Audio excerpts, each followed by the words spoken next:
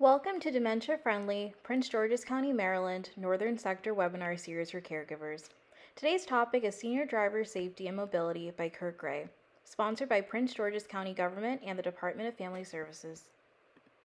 It's great to be with you folks. Just a little bit more about me. I spent 29 years at AAA.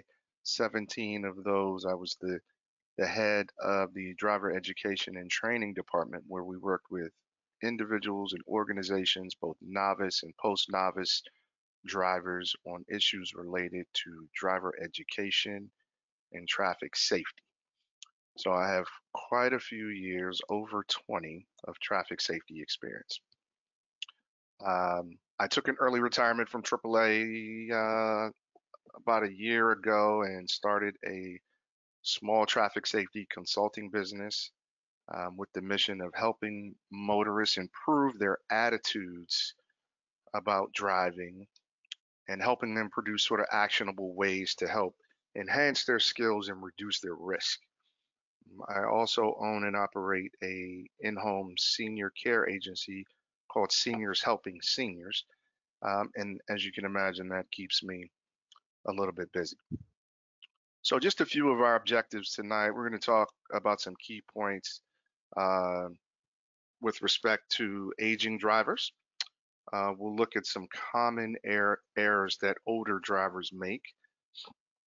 We'll talk about driving skills evaluations, the what, the why, and the how about them, and the types that are out there.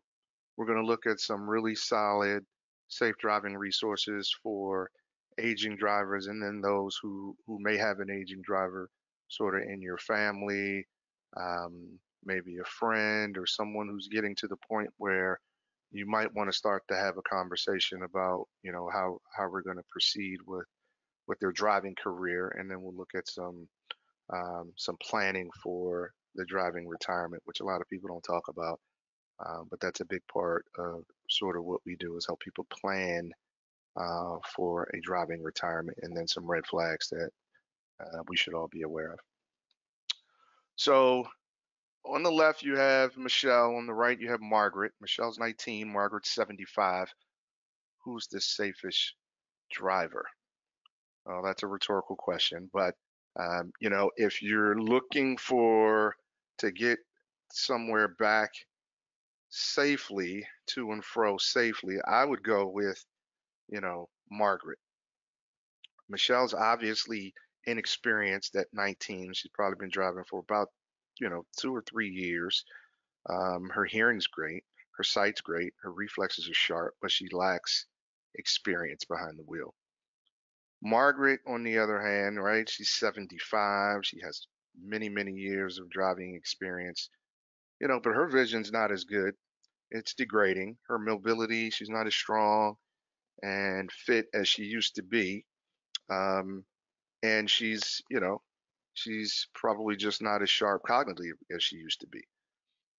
But statistically, the older driver is safer than the younger drivers, just due to the experience, right? There's nothing that can replace years of experience when it comes to driving. But at the same time, we have to also acknowledge that age can create some obstacles that make driving more challenging, and we'll talk about that. So here are some facts. Senior drivers are among the safest drivers on the road, and they often reduce their risk of injury by doing a few things pretty consistently, right? That's one is wearing their safety belts. With years of experience comes sort of the insight to not take unnecessary risk, right? They also are not likely to drink and drive. It's not to say that they don't do it at a very high percentage as younger folks. They also don't like to go fast, right? They tend to observe the speed limits, so they're not going to be out here racing up and down the highway at high speeds. And then they also self-restrict, right? That means if they're not comfortable driving at night, they don't drive at night. They don't like driving in the rain or inclement weather. They avoid that just due to overall safety concerns. They know that they're not at their best under those conditions. So they self-restrict or self-regulate. But seniors are more likely to be injured or killed in a crash just due to age-related fragility. So, as we get older, our bones become more brittle. It's just the crash forces are just really hard on older bodies, and they tend to succumb to those injuries more than younger folks. All right, so other older driver facts. I found these from the Institute of Highway Safety, and I thought they were really interesting because of the feedback that I get when I speak to older adults when they say, "Oh, I don't drive much and I don't drive far," so they feel like they're at, much lower risk. When in fact, crash risk per mile is higher for drivers who drive less, particularly those who travel less than 3,000 miles a year. So if you drive more than that, your risk sort of goes down. If you drive less than that, your risk sort of goes up.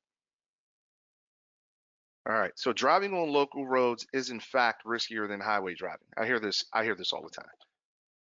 So I don't like the Beltway. I don't like um, any kind of sort of interstate or high speed controlled access type roads. So I'm going to take the back roads. When in fact, those back roads are much riskier than highway driving.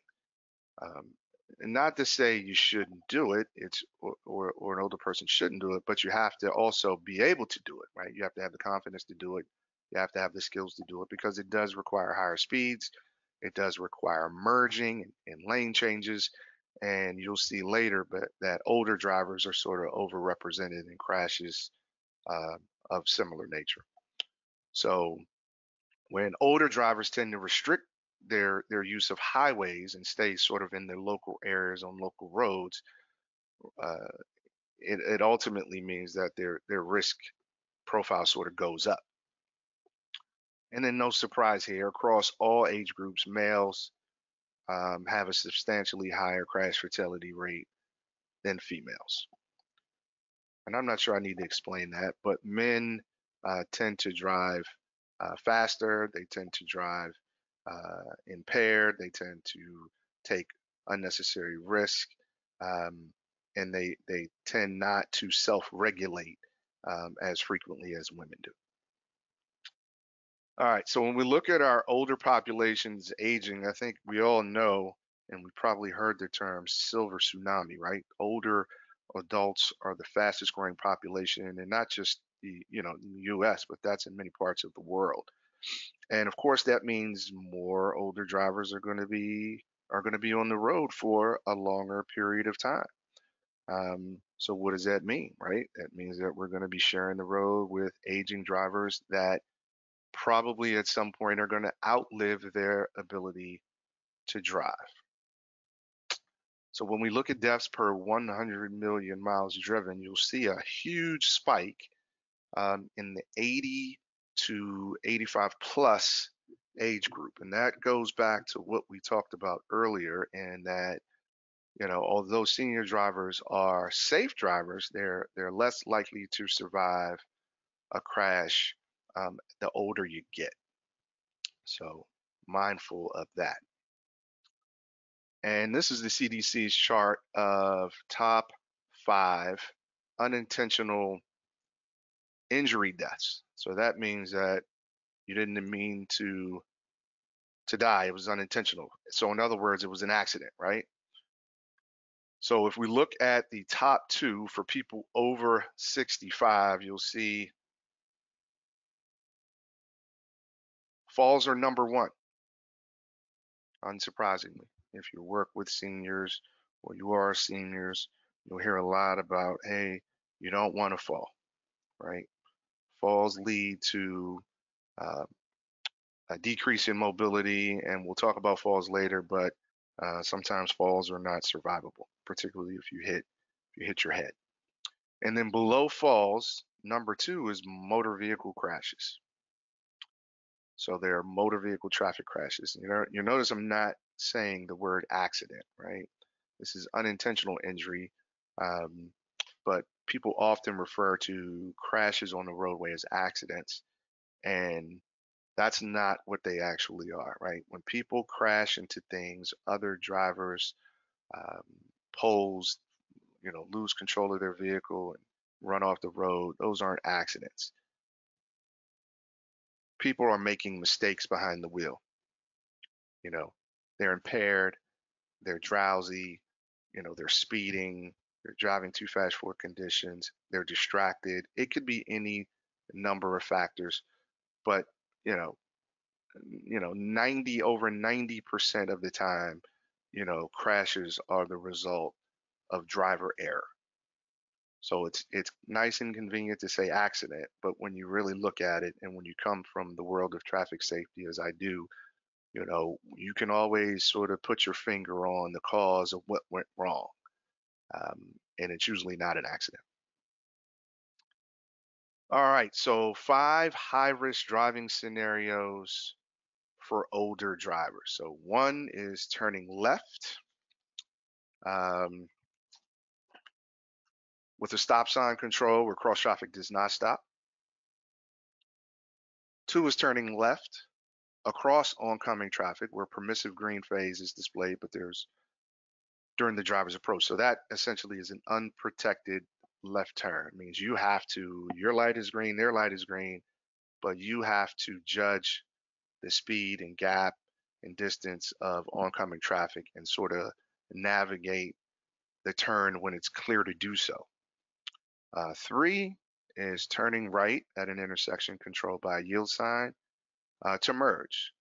So speed is 40 to 45 miles an hour. You're trying to turn right and sort of navigate the yield sign and the merge lane all at once. Complicated maneuver. Four is merging onto a limited access highway from a ramp or an acceleration lane controlled by a yield sign. So again, you have to get up to speed, you have to judge the speed and distance of other vehicles, and you have to sort of make a lane change or merge into traffic flow at speed. And then the last one is changing lanes on a multi-lane highway or roadway with 4 more lanes. Now, if you look at all of those high-risk scenarios that senior drivers are overrepresented in, you'll notice the theme, and that's that they're all right-of-way errors. All right-of-way errors. Turning across traffic means, the oncoming traffic has right-of-way. Turning right where you have to yield is a right-of-way. Merging, changing lanes, those are all right-of-way errors that are complicated maneuvers, particularly for older drivers, because they're processing information a bit slower. The execution of their maneuvers are slower, and oftentimes their speed um, is lower than prevailing traffic. And also, here are 4 common errors that older drivers make before an intersection crash. And the first one is one, not noticing potential conflicts or traffic signs or signals. So perhaps they didn't notice the yield sign or the stop sign and perhaps thought they hit the right of way. Two is sort of misjudging gaps when crossing traffic. So that they think the car is a lot further away than it is, and then their ability to clear the intersection takes a bit longer and you misjudge the gap. That causes a problem. And then moving or stopping the vehicle too slowly. So getting out into traffic and not accelerating and not getting up to speed quickly or not slowing the vehicle fast enough. And then lastly is conducting sort of a poor visual search, meaning that you're not taking in the whole field of view and you're missing certain hazards either on the road or alongside the road. Um, and that means that older drivers are sort of overrepresented um, in these types of situations. Now, as people age, we know that, you know, medications become a big part people's lives. 1 in 5 older drivers use medications that can potentially impair their driving. Perhaps that means they get dizzy or drowsy or sleepy. Um, And we know that 50% of older drivers report using 7 or more medications. And I think what's important is, to really understand how those medications interact with each other and how they interact, with the person that's taking it.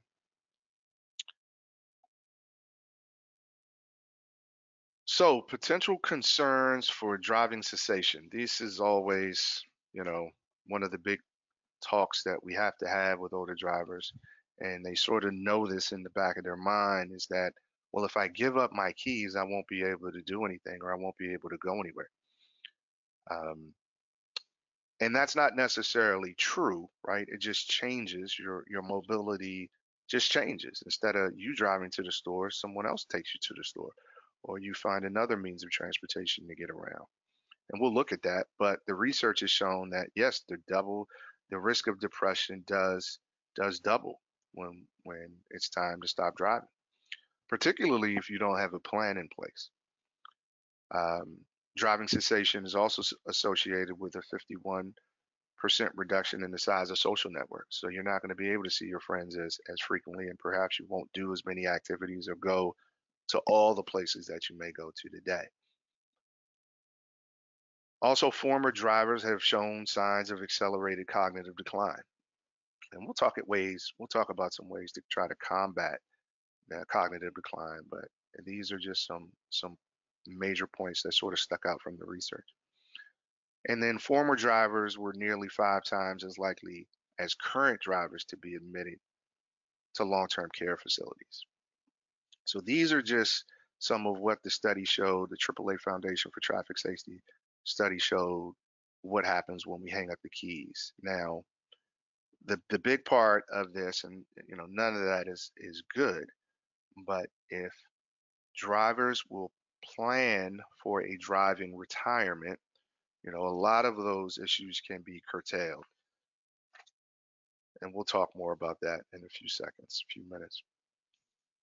So self-regulation, this is what older drivers are really good at. There's sort of 3 parts of self-regulation. Sort of the strategic decision sort of looks at, should I even go, right? Should I even go to the store? Should I even go to the mall? Should I even go wherever it is I want to go? Because it's at night, because it's raining, So those are really the strategic decisions about even doing it, right? And then you have the tactical decisions, which is about, well, how am I going to do it? I am going to go, but I don't want to get on the beltway, or I don't want to make that unprotected left turn at that really scary, dangerous intersection. So it's talking about the actual maneuvers that you have to make and the traffic decisions that you have to make, about how you're going to get somewhere. And then the last one we call the life goal, right? So that includes sort of choosing where to live in relation to common destinations, um, or perhaps what type of car to buy, with safety being an important consideration. There was research by the Insurance Institute of Highway Safety that said, older drivers are driving older cars. And what does that mean? Well, if you're driving a much older car and it's your retirement car and you're saying this is my last car, and the car doesn't have adequate safety features on it, then your risk to surviving a crash goes way down, right? Newer cars are safer cars. Um, that's just what the research shows. So if you're an older person and you're driving an older car, right, that's a significant consideration.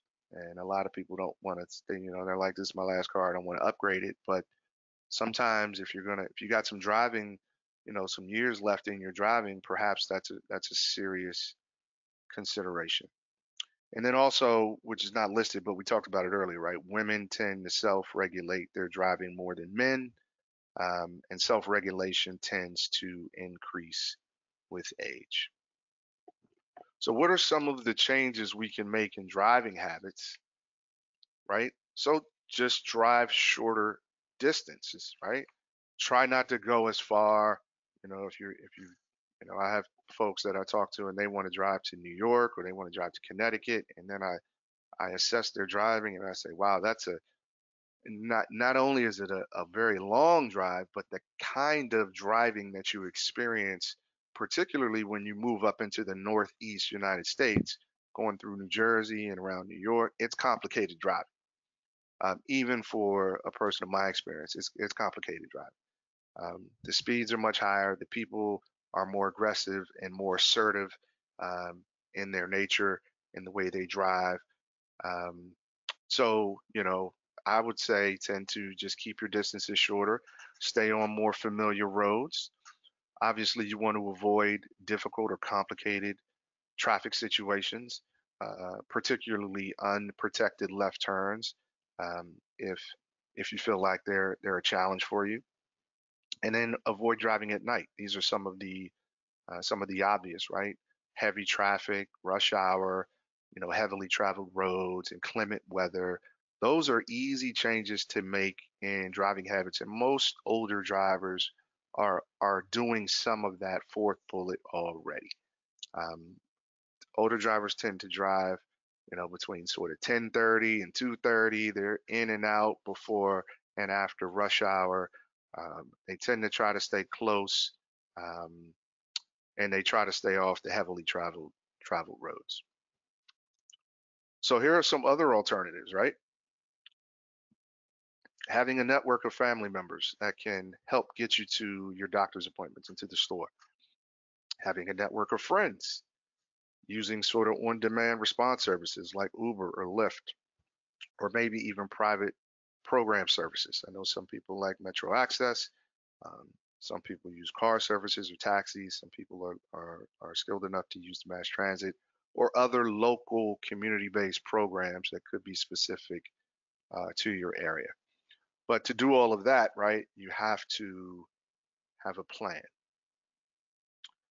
So when we talk about as people get older, and I get calls like this all the time, hey, um, dad's 89 or mom's 95. I'm concerned about, you know, their ability to drive, and they're really sort of just basing it on age oftentimes.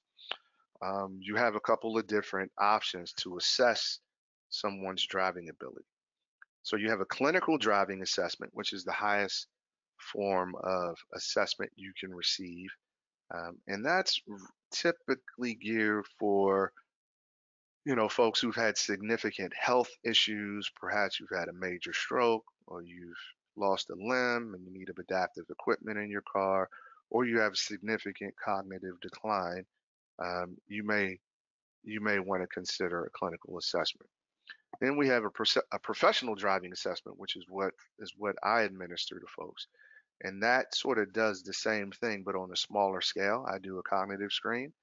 Um, we do a physical screen, a vision screen, and then a behind the wheel assessment. We'll talk more about that in a second. And then there are online assessment tools which you can sort of answer some questions, tally up your totals, and check your score in relation to the recommended scores that they might have laid out, and to sort of just see where you fall. And if you don't score well, and that's sort of a red flag that you might want to address.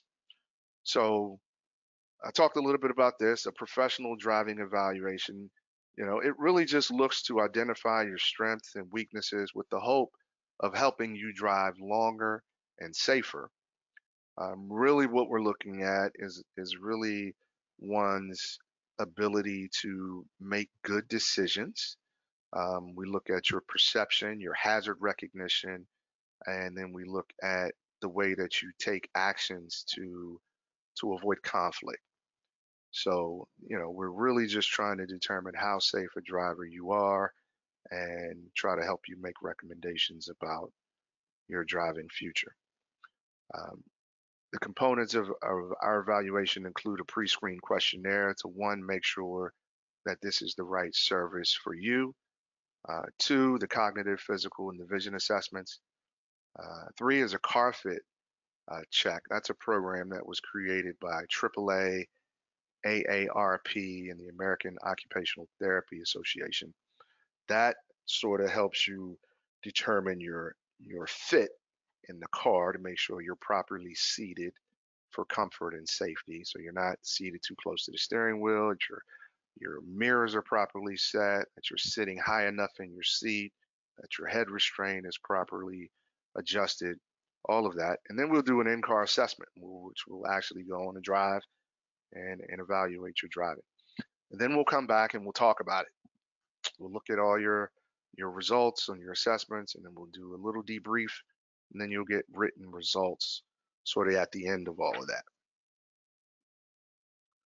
So, what are some considerations for having an assessment? Well, sometimes it's you know, a friend or a family member saying, "Hey, I have concerns.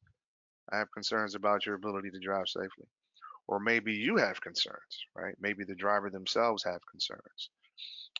Maybe there's been an increase in near misses or fender benders, or we got some scrapes and scratches on the bumper, and we can't really figure out how they got there, and you're starting to see some dings. Or perhaps you've taken some kind of informal assessment and didn't do so well, and you're saying, "Hey, you know what? And maybe it's a good idea if I have some kind of assessment to let me know where I am in the grand scheme of things." So when we talk about planning for driving retirement, no one's going to drive forever.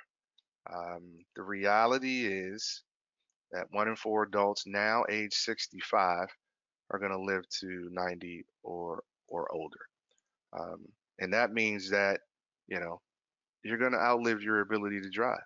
And that's 6 years on average for men and 10 years on average for women. So life expectancy in the US, I believe, is about 78 right now.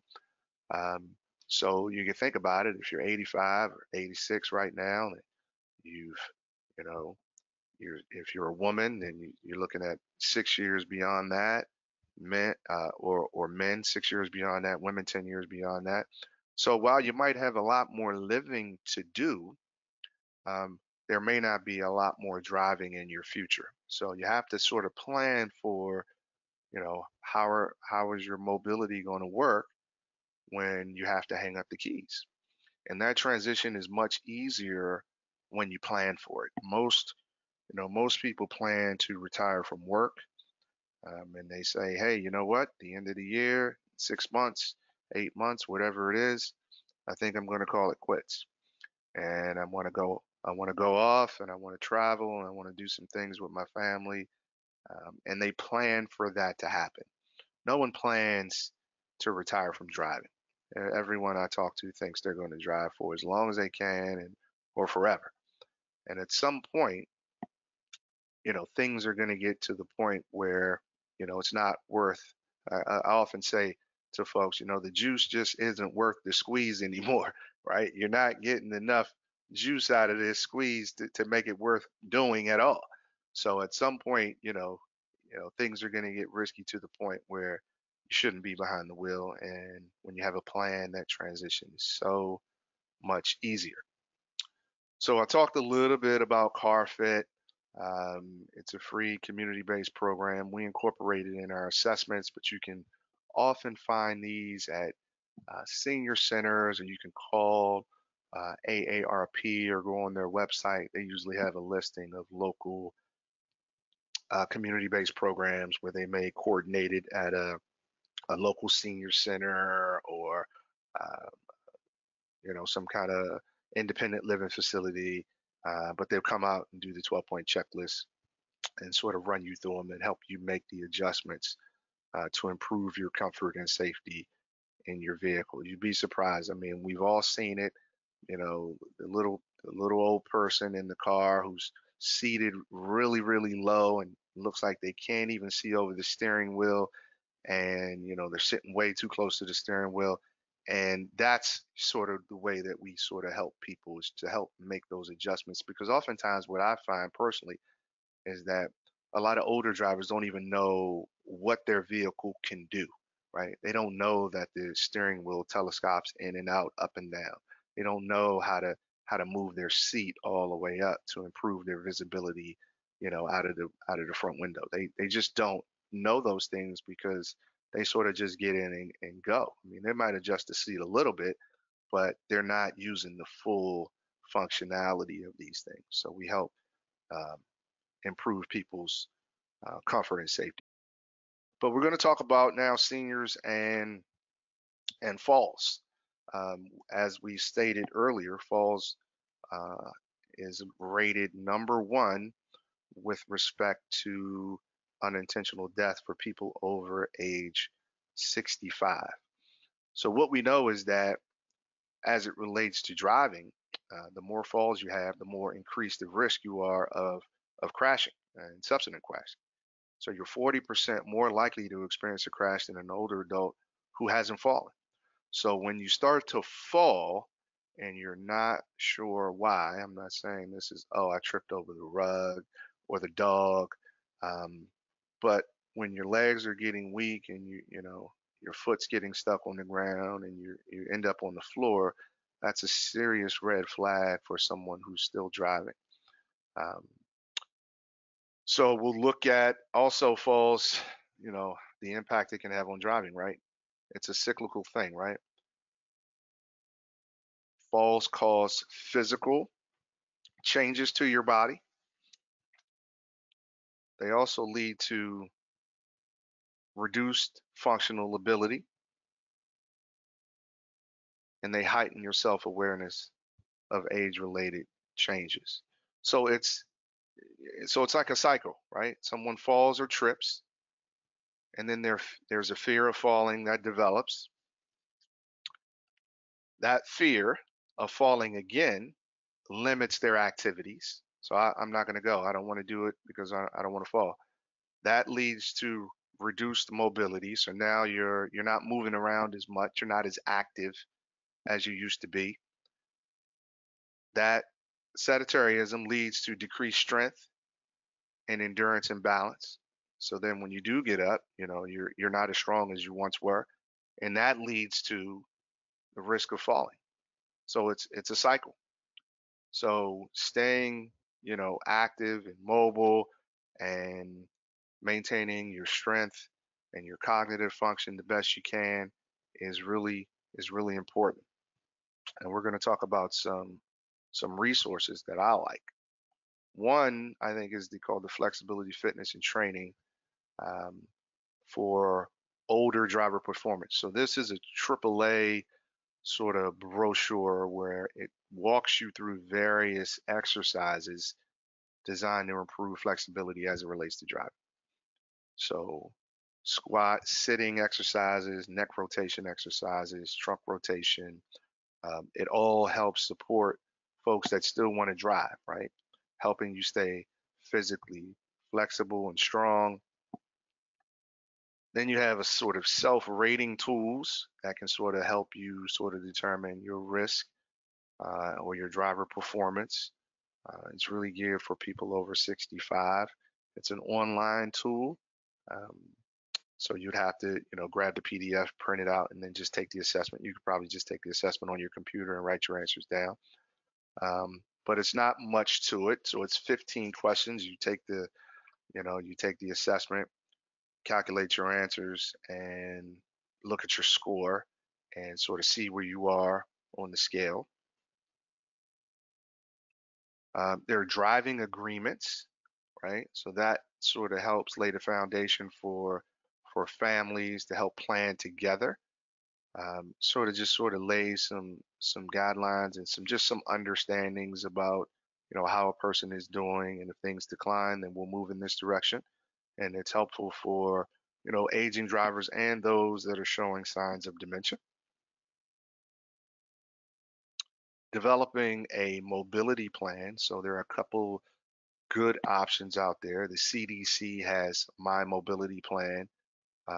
There's a new version and an older version. I actually like the older version better, which is the one on the far right. This is available in Spanish as well. And that sort of helps you sort of build your mobility plan um, for being healthy and checking your safety at home with respect to falls, and then making sure you're able to stay active within your community and getting around. And then AAA has the senior mobility planner as well. Um, and that's a good tool. All of those are really good tools. They give good information, and you can sort of write in them and sort of jot down sort of notes and answer some questions and sort of just to start thinking about, you know, if you're on a time clock and you say, hey, in 3 months, I'm going to have to stop driving, you're going to get your plan together. That'll motivate you to do it. And, having a plan sort of doesn't mean that you got to stop driving, right? It just means that if and when that time comes for you, you sort of have thought the process through. Another suggestion I always make is if you don't have to drive, say you go somewhere 3 times a week, once a week, don't drive, right? Learn to use other forms of transportation. Take a Lyft, take a Uber, learn the apps so that if you really needed it, it's not foreign to you, right? You've used it before, you're somewhat familiar with it. Um, that's a recommendation that we make. If you don't have to drive every day, especially while you're able, is to start learning to use other forms of transportation. Also, you have sort of defensive driving classes specifically geared for seniors. Now, AAA has the Roadwise Driver program, and that is a senior specific course. And those courses typically up to date you on theory and laws and driving tips to help increase your knowledge base and make you a safer driver. Um, those classes can sometimes be offered in the classroom, although I think classroom has declined since COVID, but they're both available online. And then in even some states, you can get sort of, you know, insurance premium discounts for completing such a course. Um, I think Geico offers a discount, and based on some states, it's mandated. Um, so if you're in DC, for example, that's a mandated discount if you complete the course and you're qualified to take it. So AARP also has a very similar course to AAA's, but I know from experience that AAA's is specific to seniors. It's not a general defensive driving course where an offender or someone who's been caught speeding would have to take that course. That's a totally different course. Then you have AARPs. They have a great tool. It's called Can We Talk? It's a free online sort of webinar or seminar um, that helps, families sort of navigate the conversation um, of talking about driving cessation, right? It's talking about, helping a loved one sort of determine when you should limit or stop driving. And there's some strategies that people should know because every time I talk to a son or daughter about their parents, it's a very sensitive and often contentious, issue within their family. And it's because they're coming at it from a very different perspective than they probably should. It's all usually out of love and caring, but their approach is often, you know, we're going to take the keys away, and that's usually not going to end well.